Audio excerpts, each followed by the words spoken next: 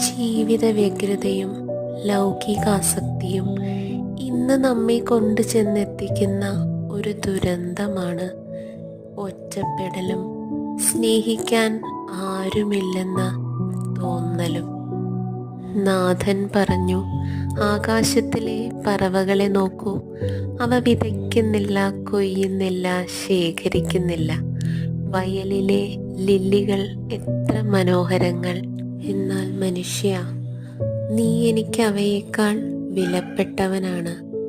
ദൈവമേ, മറ്റാരാണ് എന്നെ പൂർണ്ണമായി അറിയുന്നത്? അങ്ങിൽ ആശ്രയിക്കാൻ എന്നെ പഠിപ്പിക്കണമേ. എന്തെന്നാൽ അങ്ങയുടെ മുഖം വഹിക്കാൻ എളുപ്പമുള്ളതും ഭാരം കുറഞ്ഞതുമാണ്.